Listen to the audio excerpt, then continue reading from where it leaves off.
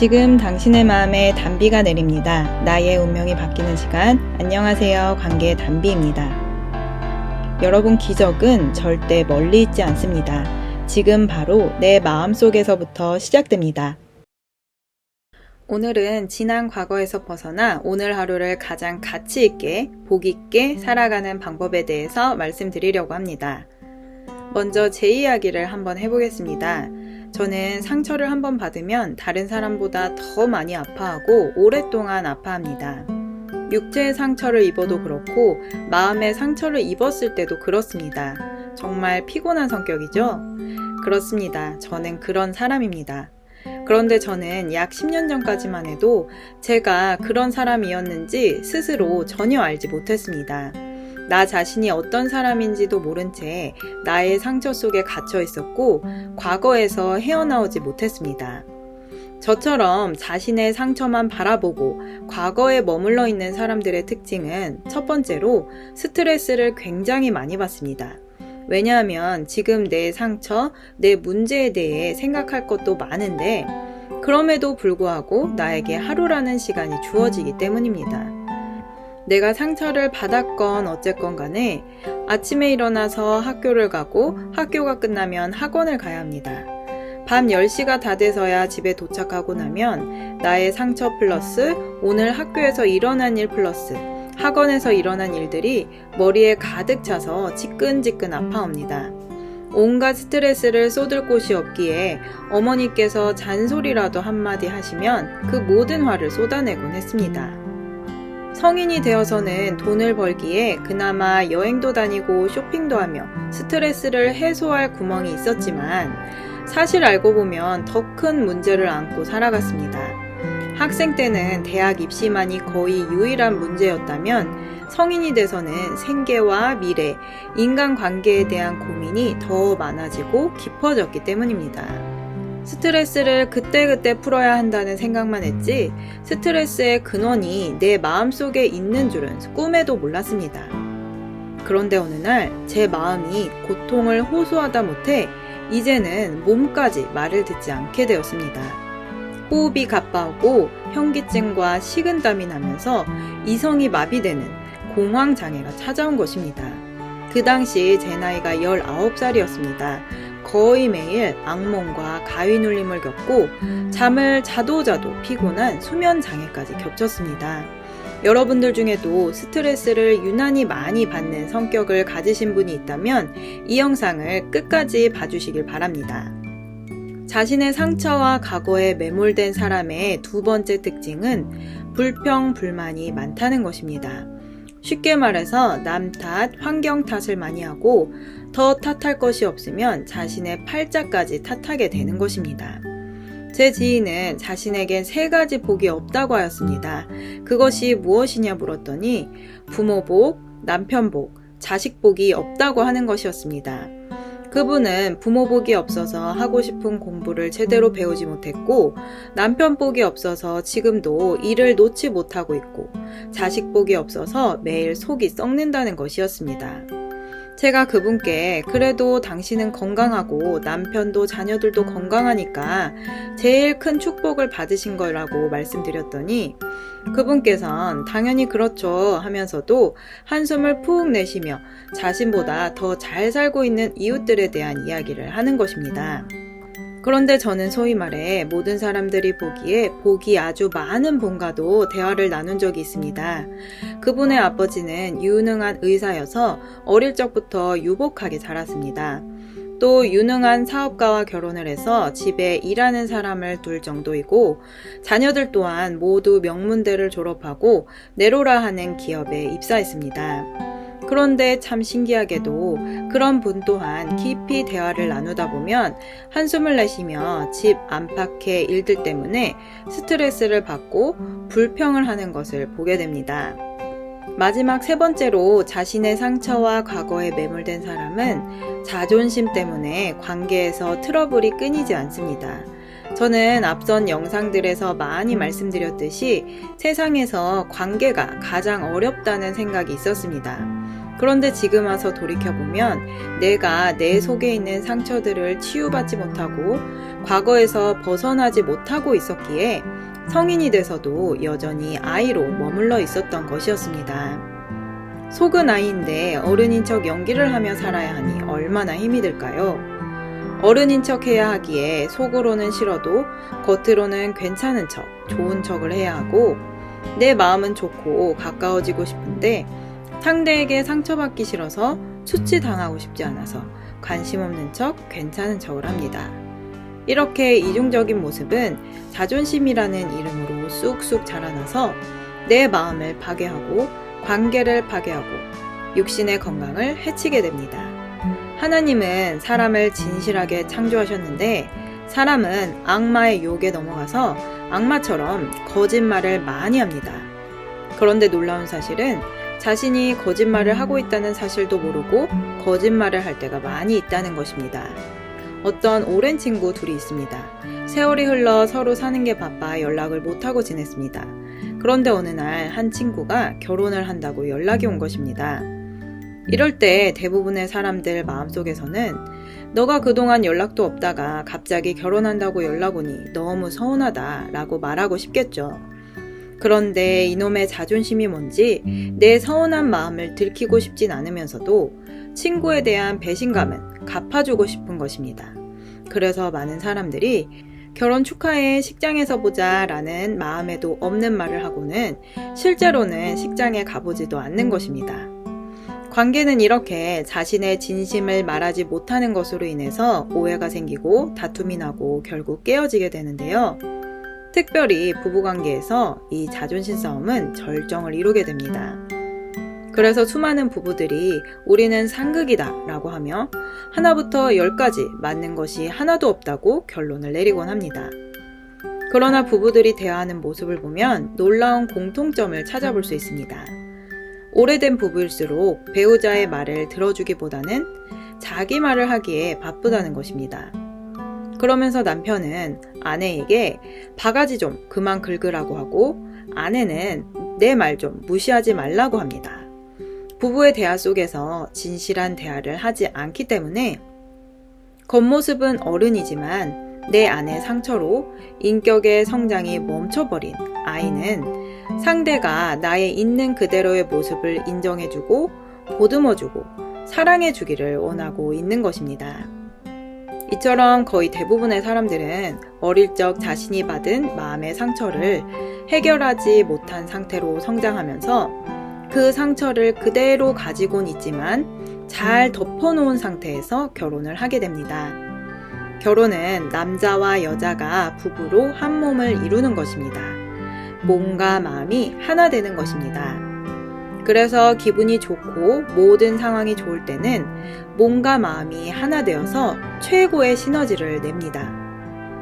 사랑이 깊어지고 서로에 대한 신뢰가 깊어지며 같은 꿈을 꾸며 손을 잡고 걸어갑니다.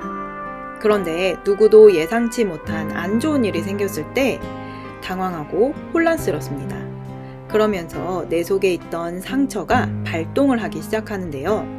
그럴 때 나 자신을 보지 못하고 상대방을 보고 탓하게 되는 것입니다.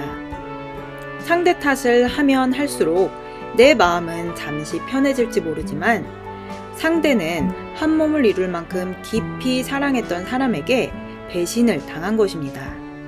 사람은 그럴 때 방어 기제가 작동해서 결혼식장에 들어갈 때까지만 해도 영원한 사랑을 약속했던 나의 배우자를 적으로 간주하게 됩니다.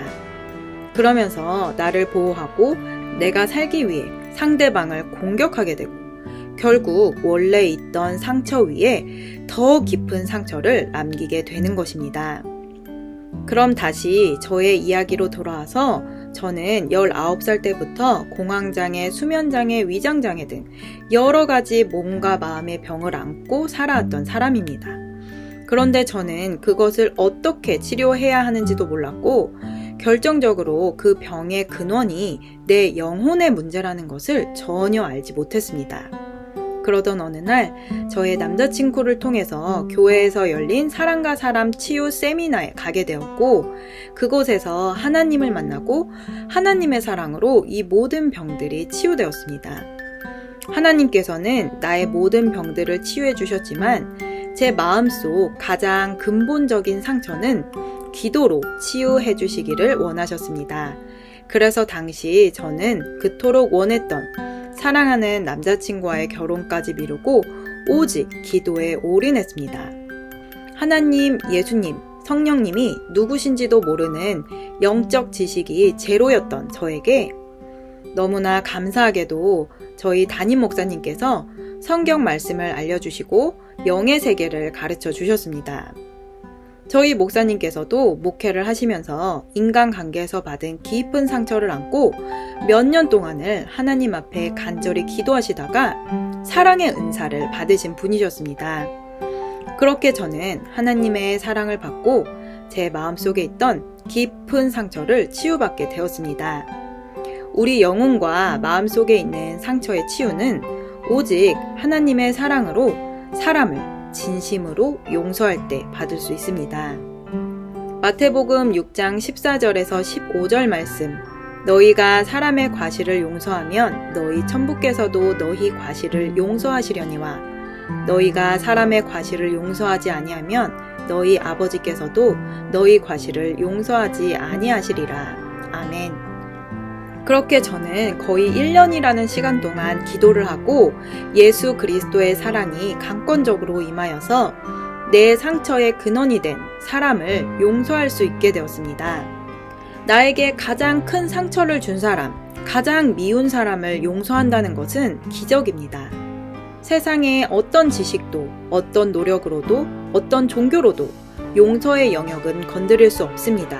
왜냐하면 용서는 하나님의 영역이기 때문입니다. 여러분, 미움은 하나님 앞에서 살인과 같은 죄입니다.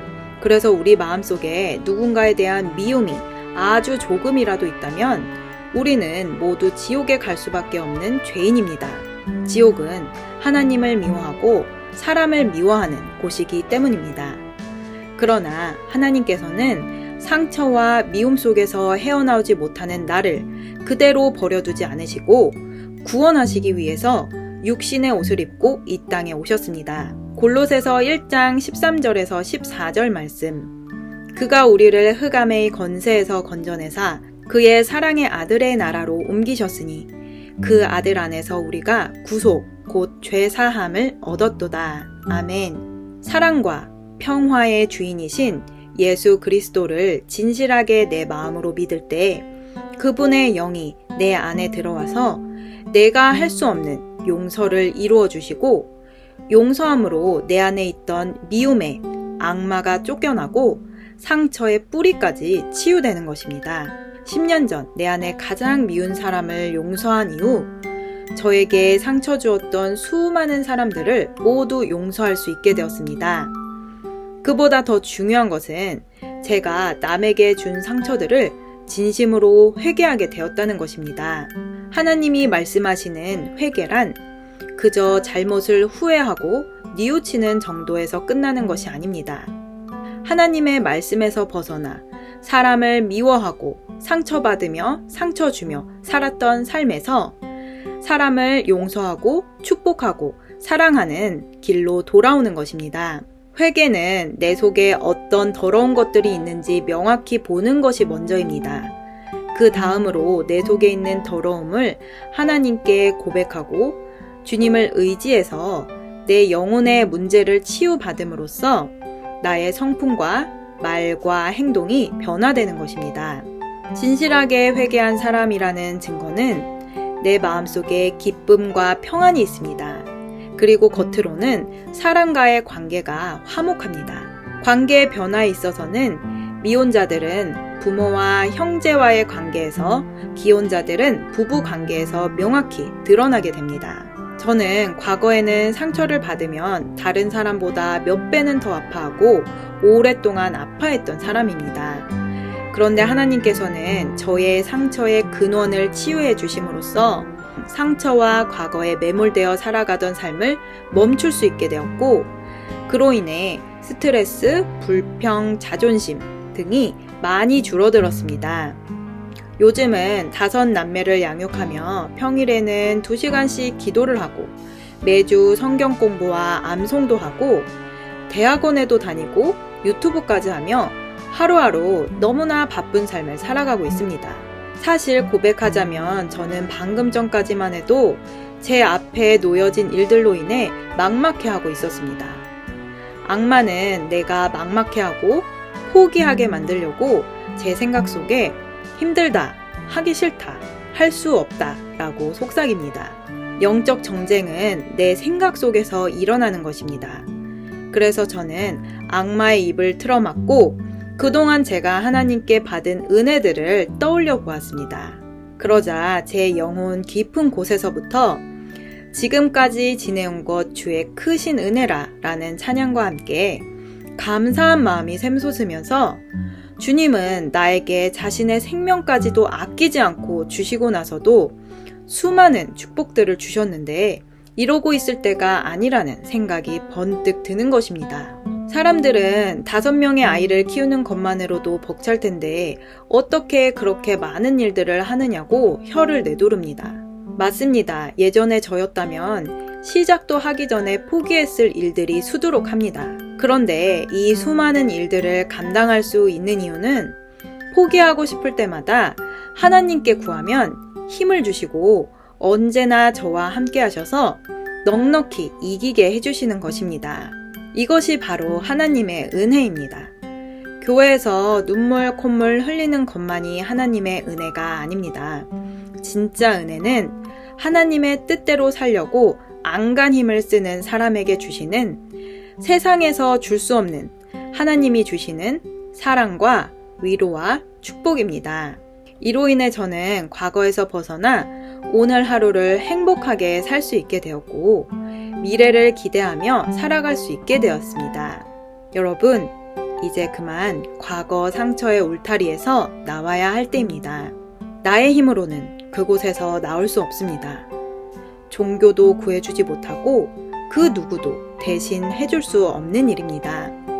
오직 그 일을 위해 십자가에 못 박혀 돌아가신 예수 그리스도를 믿을 때 나의 과거의 울타리는 눈 녹듯 사라지고 진리 안에서 자유를 만끽할 수 있습니다. 저처럼 과거의 속박에서 벗어나고 싶은 분들, 또 마음속에 해결되지 않는 미움과 상처를 해결하고 싶으시다면 영상 끝 연락처로 연락 주시기를 바랍니다.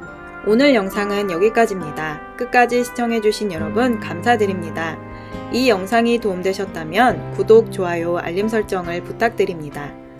누구나 아름답습니다. 누구나 희망이 있습니다. 이상 메마른 관계 단비 같은 소식을 전하는 관계 단비였습니다. 오늘도 행복한 하루 되세요. 감사합니다.